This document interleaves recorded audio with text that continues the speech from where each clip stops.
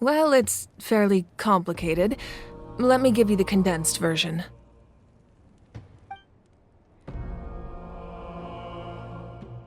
The Fatui again? We can't go anywhere without them causing trouble. But what if the Fatui finds out you've lost your power? Won't they try to take advantage of the situation? That's why it has to be our little secret. No one else can know, or we're asking for trouble.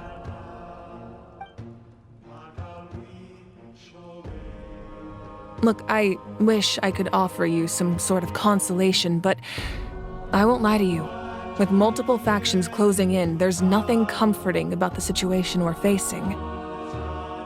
Still, all you need to do is focus on your goal. You can leave the complicated matters to me. I can also step in on the Pyro Archon's behalf. There's a limit to what I can accomplish, but I'll help you however I can. There's no need to be so modest, Dion-san. Your incredible strength has long been a well-known fact. You're the pride of your tribe. Archon, I'm sorry about before. You have so much on your plate, so much that you have to worry about. But all I could do was focus on my own feelings. You have nothing to be sorry about. We all get overwhelmed by our emotions, myself included.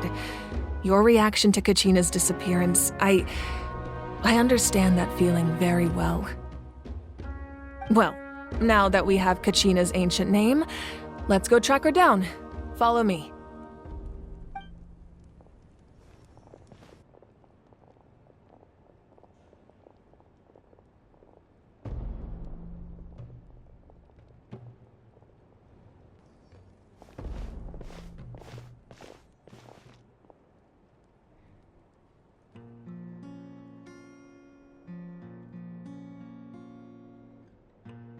What is this place? Hey, isn't that Atea's talisman? Good eye. This is where I store all the various mementos I've collected. Whoa. I've never seen this place before. There's so many things in here. It looks like there are items from every tribe. Collecting them must have taken a lot of effort. I suppose you could think of it as a hobby of sorts. In Natlan, everyone grows up listening to the stories of heroes. And physical items do a far better job of preserving those stories than our own memory. Now, I still have some preparations to make for the ceremony, so feel free to take a look around in the meantime. If you're curious about an item, I'm more than willing to tell you about its origins. Alright, we'll have a look. This flower looks like it's thriving. You must be good at taking care of plants, Archon.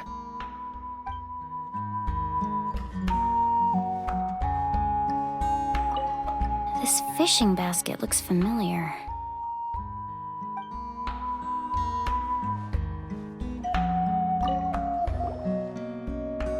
Hey, there's a fishing rod here. It must have belonged to the people of the springs. That's right. It belongs to a legendary fisherman named Matavaru. I have his entire set of fishing equipment, actually. He and I met in a tavern. He told me about a particular kind of giant fish and his meticulous plan to catch it. In his eyes, I saw a hunger and a strong fighting spirit. To him, the sea was the battlefield upon which he staked his honor. So, did he do it? The next time I saw him, he was covered in scars. It turned out the fish he sought had been corroded by the abyss. He managed to kill the fish, but sustained a serious injury in the process, which meant he could never go deep-sea fishing again. Can a fisherman claim victory if he fails to bring back his catch? That's what he asked me in the end. Well, Paimon thinks he won. That was my answer as well. The experience was far more valuable than the prize itself. In the end, he didn't want his tools to go to waste, so he gave them to me. Wait, that means you also know how to fish. Maybe we can go head-to-head sometime. Make sure to handle everything with care. This cup, for example, it's heavier than it looks.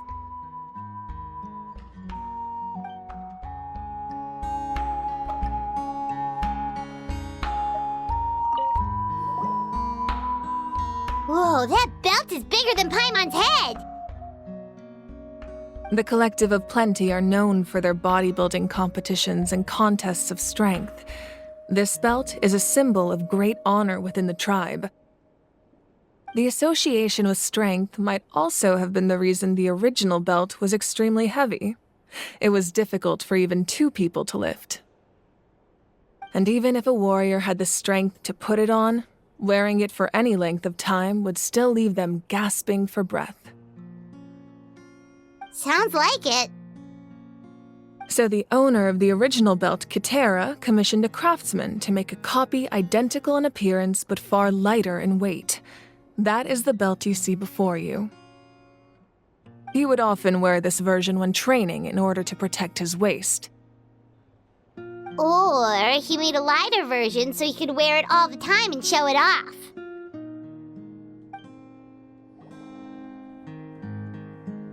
There are so many jars and potions around here. Do they have anything to do with alchemy? No, those belong to the Masters of the Nightwind. They're ceremonial tools used to amplify the ability to communicate with the Night Kingdom and the Wyab. Yamaya is an expert in this field, and she taught me a lot. Even though she appears stoic and serious, she actually has a keen sense of humor. The tools you see here are quite traditional. Her students found them outdated, so she passed them on to me.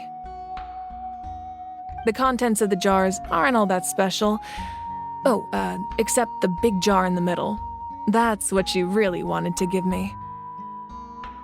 Ooh, must be something really cool. What's inside? Grape juice.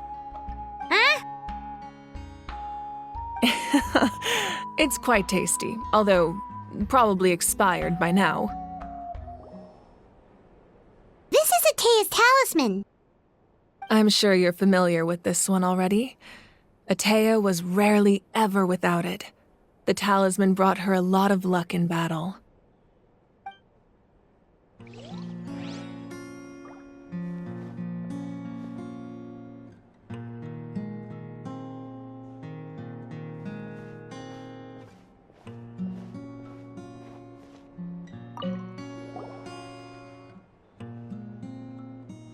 The powder still needs some time to settle, so let's wait a little longer.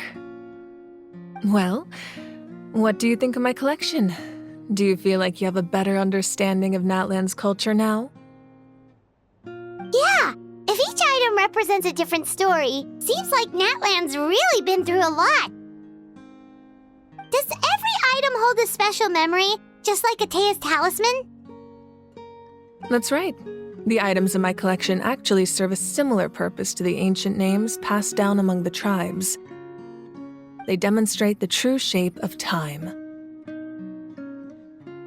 The shape of time? Most people perceive time as a linear concept, almost like a straight line that can only move forward. We cannot change the past or predict the future. But there's also a different theory, one that I believe to be closer to the truth. Namely, that the past, present, and future all exist at once. At once? Paimon's not sure she understands. Let's say your journey ended right now. Thinking back on your experience in each nation, which one would you say was the most important? Exactly. Even at the end of your journey, the things you experienced along the way don't cease to exist. They become part of who you are. Take out a portion of that journey, and you would likely make very different decisions, and eventually arrive at a very different destination. The future is the same way. It exists even though it has yet to come to pass. We just lack the means to perceive it. Of course, there are those with the power to foresee the future. They simply call it by a different name. Fate. You're quite familiar with that concept, I would imagine. That does kinda make sense. The future hasn't happened, but already exists. Humanity excels at living in the present, but too often we forget the past and neglect the future. While the pilgrimage and the Night Warden Wars lead us to a better future. Only by uniting the people of Natlan across countless eras can we fight back against an enemy as formidable as the Abyss. To come up with such a set of rules, the first Pyro Archon must have possessed a level of insight I can only imagine. That's correct. At first, he was a mortal man with no special power. After he ascended to the divine throne, he used it to borrow power from the heavens and establish the rules of Natlan. Namely, a framework through which ordinary people can ascend to Archonhood. By holding the pilgrimage, we're able to determine the strongest among us. And when that person ascends to the divine throne, their inner flame will awaken. In addition, the sacred flame will grant them significant knowledge and memory of this land. After all, that's how I came to know everything I just told you. So, it all comes down to the power of the divine throne and the rules. Wait, is that a family portrait? Yes, that's my mother, father, younger sister, and the little Saurians we raised.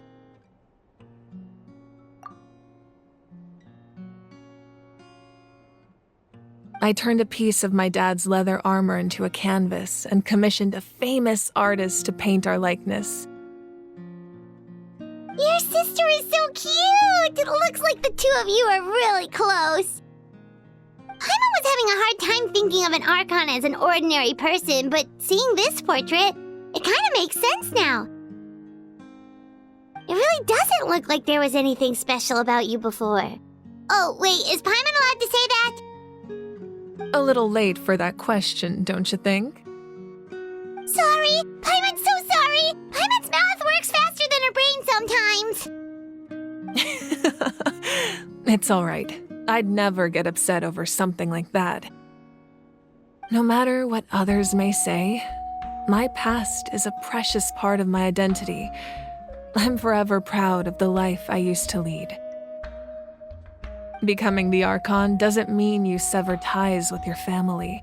The position just comes with a lot of responsibilities, so it impacts how often you get to see them. My father made the most delicious stew, so my sister would often bring me a large pot of his cooking, and he would sit on a blanket and eat it together.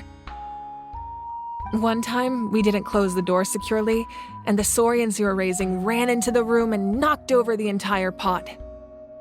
My sister immediately burst into tears. The two troublemakers were going for the meat, but when they saw my sister's distress, they froze on the spot. I still remember the way they laid there, sulking like a pair of children, even after making such a mess. It was frustrating, but in the end, all I could do was comfort my sister and move on. Wow.